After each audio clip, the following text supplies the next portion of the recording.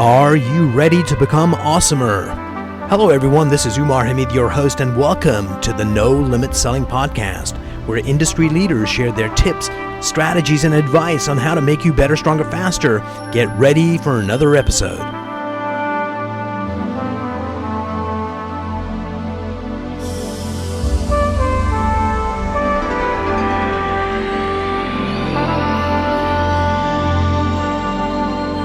Hello everyone. Today I have the privilege of having my friend, a leader in sales, Henry Evans. He's the VP of Customer Service at PhoneBurner. Henry, welcome to the program. Thanks for having me, Umar. Glad to be here. One of the things I hear time and time again is that cold calling is dead. And you know what? Because people really want to believe the lie, they embrace it. Kind of your thoughts on it? Well, I actually love it when I hear that. Because that means that more of our customers over at PhoneBurner are going to be getting even better results. And we've seen a lot of tests done out there. And when you really look at the numbers, again, it all depends. Everything's relative. It depends on who you're calling. But we have a lot of B2B customers and B2C for that matter. And cold calling definitely is not dead. Building relationships on the phone definitely is not dead. But it's oftentimes done in conjunction now with a email campaign or a text messaging campaign or a retargeting campaign. You don't see it done just always standalone like it used to. But no, it's definitely not dead. It is alive and well for people getting results today. What's interesting is our beliefs dictate how we see the world, and we want to make sure our beliefs, no matter how noble or how screwed up they are, that they're true. And I think so many salespeople embrace the cold calling's dead, and it's almost like, thank God I don't have to make those calls anymore. And they'll look for data to validate, and yet their pipeline is weak. Picking up the phone for a lot of people is scary, right? It is. And there's no question. We actually did a test recently. I actually called it Operation Eat Your Own Dog Food. And I had a bunch of people internal to PhoneBurner. I mean, some people have a sales background like I do. I've been the VP of sales of companies in the past and have managed sales teams and been in sales myself. My very first job was actually selling the Buffalo Evening News, which was owned by Warren Buffett, Right. which is pretty cool. So my first sales job was for Warren Buffett. But when you look at making calls, people are intimidated by it. So what can you do? And I know that you teach a lot of the mindset components, which are super important. And on the software side, we really have a tool that enables you to make one call into PhoneBurner, and then it does all the work from there. So you only have to get up and build up and overcome that call reluctance one time with PhoneBurner. Then you can call 50, 60, 150 people all in one setting just by clicking the button. And we found that when we looked at all the data, Umar, it was really interesting. One of the biggest issues or leakages we found with people not making calls is after a bad call. They feel the need, I got to take a break, man, that call was hard. I got to shake it off. I got to go for a walk. Got to go go to the water cooler, go to the bathroom, whatever. Where when you're doing that in PhoneBurner, as soon as you click that button, the next number is ringing. So you don't have time to wallow in the negativity, which actually is a pretty big benefit. Here's a joke I heard. Maybe you've heard it before. Henry, do you know how to make a salesperson shut up? I do not. How? Give them a telephone. There you perfect. It's true. It's true because everybody's intimidated by it. Making calls is really difficult in this sense. Number one, you got to figure out who you want to call. Yep. And to prepare that list sometimes is a really hard thing for people to do. And if they don't have a CRM, and CRMs aren't really geared towards making calls, they're geared towards remembering the data and what the next step is. So it's such an arduous process of using a CRM to make calls. Number one, I'll let you go deeper into that. And the second thing is who am I calling next? And I think that's one of the beauties of PhoneBurner is that it solves that problem for you. You've already thought about it. It says, are you ready to make calls? How many do you want to make? Hit go, and then boom, we're in it. Yeah, that's exactly how it works. And the more thinking you can take out of it, the better. So we have one of our features called Lead Stream, which is automated lead distribution, which means you dump 1,000, 10,000, 50,000 leads into a bucket, and then different team members can dial out of that bucket And I like to kind of frame it for somebody that hasn't ever used a system like that. It's like an all-you-can-eat buffet. Umar, you Mm-hmm. can have as much as you want to have, but you have to eat one bite at a time so nothing gets wasted. So you get all the leads you want, but nothing's actually wasted. But this idea of deciding who to call, that takes all of that decision out of it. And just with normal PhoneBurner, we use a folder and a save search methodology to just take the thinking out of it. Click this list and click the button to dial. And when we first started, we didn't realize that, because we started as a CRM and then we built our power dialer on top of it.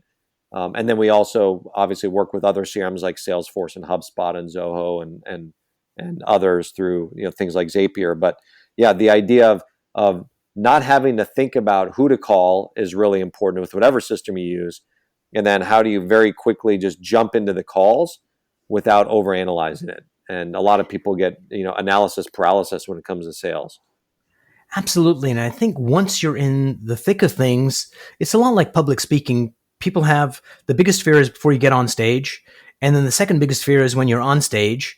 And people make a really bad mistake because people have been advising them to see the audience naked, and Americans are overweight. This is not a good thing. It causes trauma. But Yeah. once they get going after the first minute of speaking, 99% of people are okay and they just go. It's just that initial reluctance to get started. And I think what PhoneBurner does is that once you make that first phone call, like you said, then the whole thing's rolling and you just roll with it, because you don't have to be creative and unique on each single call. I mean, pretty much it's like, hey, Henry, how are you? And the next person's, hey, Judy, how are you? Or whatever opening you've got. So there's not a lot of creativity there. But getting started is critical, and using best practices. So you've been working with a team. How do you recommend we capture best practices?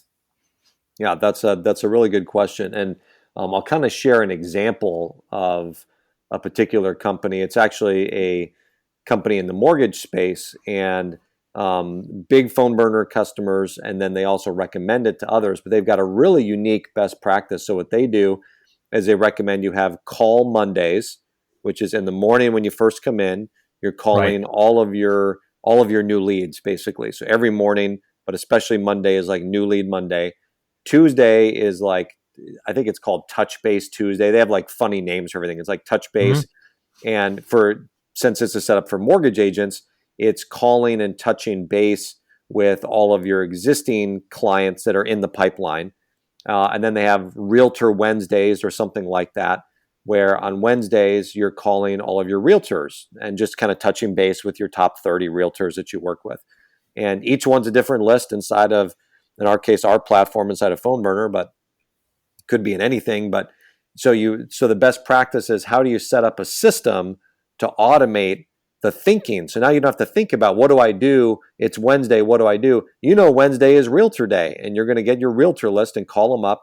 And the other thing they teach, which I love, is you make all of your calls first thing when you go in. Yeah. And so you don't wait till the afternoon or when you feel like it. It's just when you get in, you don't check your email, you don't check CNN, you don't check your stock, nothing. You just get in, get your calls done. And, if you're using a power dialer like what we have, if you've got 50 calls, it's going to take you less than an hour. So before 9 a.m., if you come in at 8, you already have blown through all of your calls for the day. And then you can go about the rest of your business, and you get a nice feeling of accomplishment too, knowing that, hey, I already was able to get that done.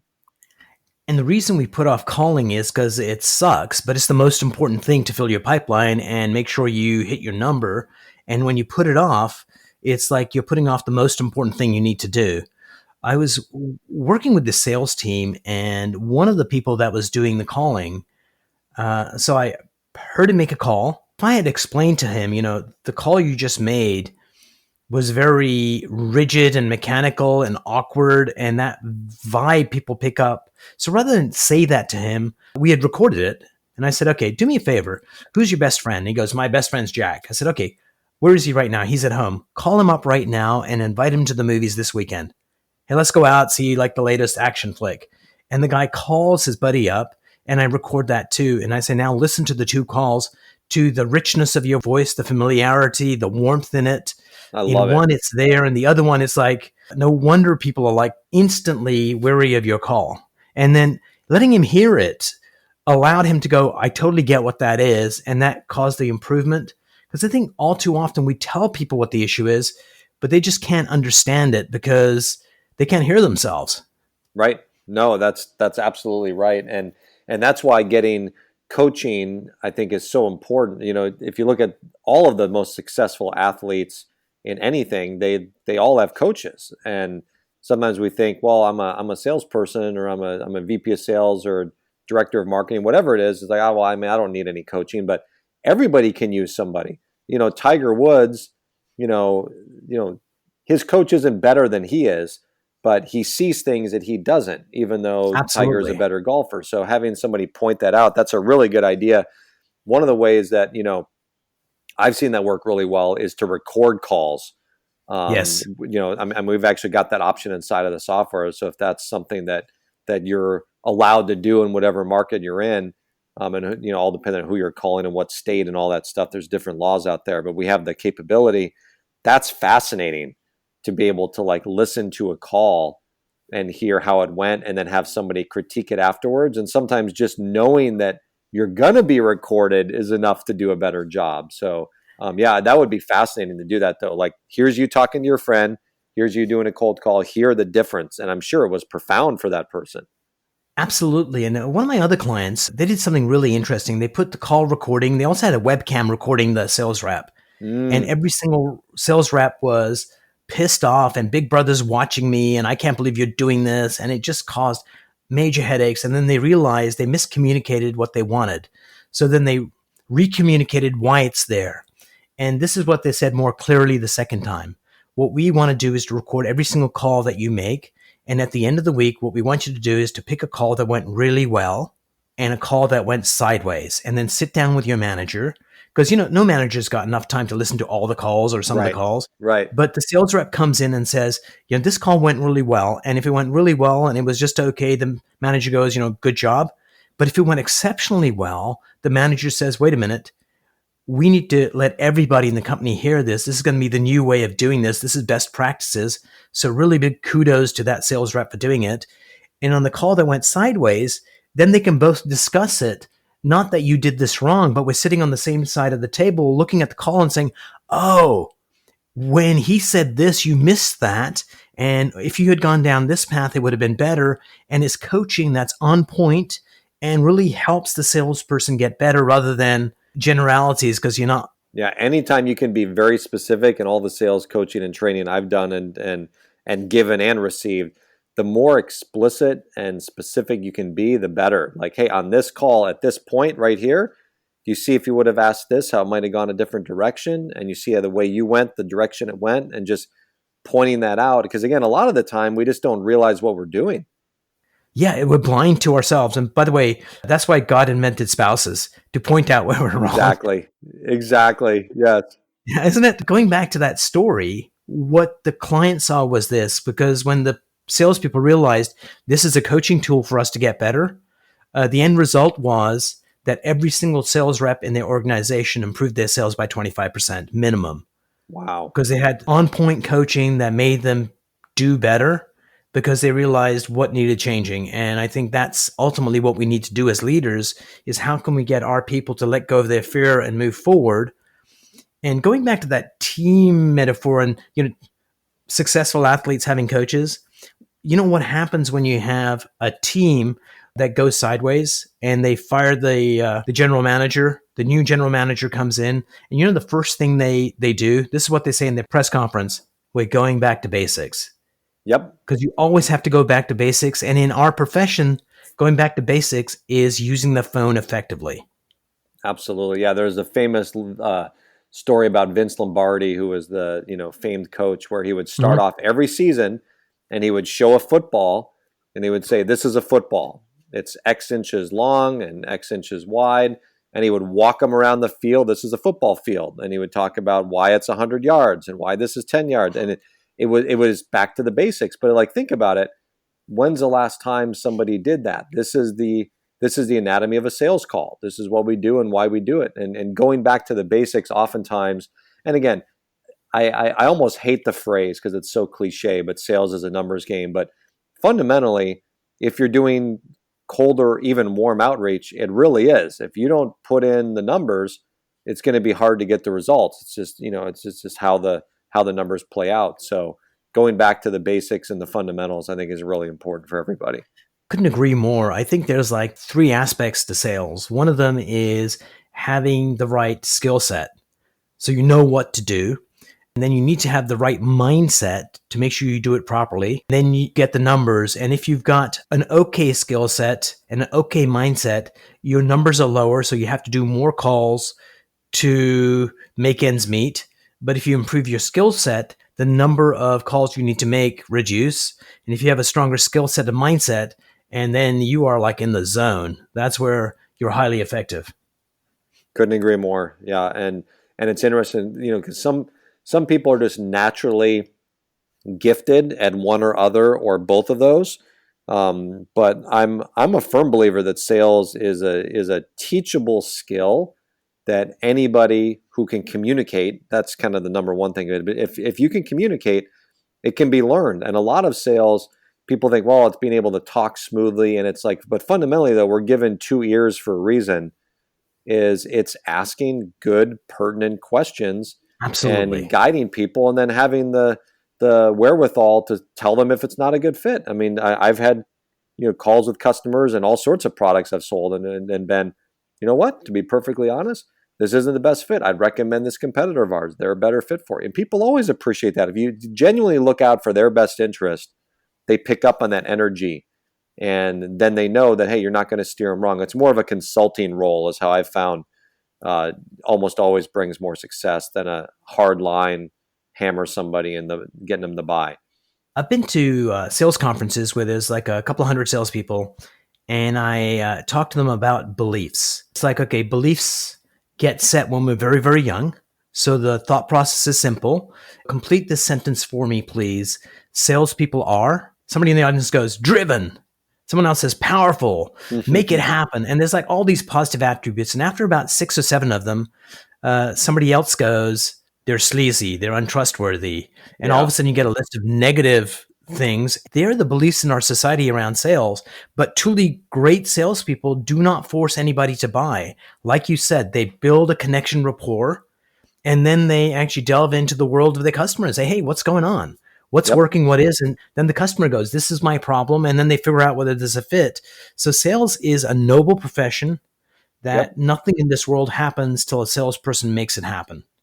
Absolutely. And it's interesting because I think, even as recent as, 3, 4, 5 years ago, but definitely 10 years ago and up, you could get by with, for lack of a better word, pressure selling somebody into something. Nowadays, with Yelp and social review sites and G2 and all these different places, Google reviews, Facebook, it's like there's just no hiding. And, you would better take good care of your customers, and you better treat people who are prospects really, really well. Because if not, boy, it's going to come back to bite you. I've seen, literally companies that have had to close down and reopen because they just didn't take care of their customers. I mean, it's just, or close down permanently. I mean, it's a different world with, just this extreme viral communication that we all have instantly. I mean, you got to really think about that. And I feel pretty strongly that the days of pressure selling people are pretty much dead now. It's just too hard to do it. Yeah. And I think in this day and age of even this police reform that's happening now, is happening because there's full transparency now, whether you want it or not. Yep. As it should be. And like our chief sales officer for the country right now, I think is Dr. Fauci, because he's been selling us what's the best way to overcome this. Before we part company, let me tell you what I really appreciate about your technology. I get calls all the time from automated dialers, and I hate them because there's a pause. And it's like, it's somebody. You can tell. And you can tell. And the one thing I love about PhoneBurner is that soon as a customer picks up the phone, you say hello. There is no pause. Nobody knows that you used an automatic dialer. If you dial a number, goes into voicemail. I just called somebody today, and there was like a 42-second voicemail like Wow. intro for me to leave a message. Hi, my name's da da da da, and I only return calls da da da, and I like Pisces. And it's like, oh my god. The nice thing about PhoneBurner is, soon as the PhoneBurner app dials a number, soon as you start hearing a voicemail, you hit go. It waits for the beep and leaves a message. One of the things we do badly as human beings is leave phone messages but in PhoneBurner, you record the perfect message. Yep. And you can re-record it 100 times. Once you got it perfect, all you need to do, as soon as you start somebody with the hi, leave a message, you hit go, you're calling the next person. So your 4 hours of dialing that would have been horrible and painful gets reduced to under 1 hour. And you get on with the rest of your day. And because the rest of your day now is filled with appointments. That's literally exactly what happens. And I was talking to a customer yesterday.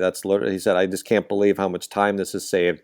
And it's interesting though. So, but I mean, to your point on the voicemail, there's, so many people try to take selling and like cram a whole bunch of steps into one. And if you look at selling just like dating, you don't meet somebody for the first time and go, I really like you a lot. Why don't we go spend the weekend in Napa, and we should really consider getting married on a first date. Now, even though my first date with my wife, I actually felt like that. If I would have said that, I would have had a big creeper sign on my head, and she would have thought I was absolutely nuts. So there's a time and a place. You have to go through a courtship process in sales, just like you do with dating. And so this concept of, leaving a long voicemail, no. The only goal of the voicemail is to get them to call you back, just like a date. The only goal is the text or the email is just get them to the next step. So don't try to skip steps. And a lot of people are like, well, I want to tell them everything in the email. I want to send them an email follow-up. I want to have a video on there and 3 testimonials. And I'm like, do you think they're going to read any of that? People are so time compressed and busy. They won't read it. So just slow it down, walk them through the steps, just like it's like a dating, just a dating analogy. And that tends to help people think about the 42-second voicemail, because it does not work very well. No, not at well. It's short and sweet, and sales is a lot like this. One of my friends, his name's Phil McWilliams. When he was in university, he went to a party at his friend's house. When he was coming down the basement, he saw this young, gorgeous woman across the way, and he went, "I'm going to marry her." But he did not immediately propose. He did not vocalize that. Her, yeah. And then after 3 or 4 asks, they went out on a date. And then after several dates, they got more serious, and he ended up marrying her like 29 years ago, and they've been happily married. As a salesperson, you may think this is a perfect marriage, but don't propose it on the first email. So true. So true. There's a time and a place. Yeah, you gotta walk through the steps, and unfortunately, you can't skip steps. Even if you know that your product or service is perfect for them, or like your friend knew, she's the perfect woman for me. He just knew it in his gut. Just don't share that with them right away. Absolutely. Henry, I appreciate what you guys are doing at PhoneBurner. You make the hardest part of selling a lot easier for folks. So thank you for doing that. And thank you for being on the program. Happy to be here. Thanks so much for having me.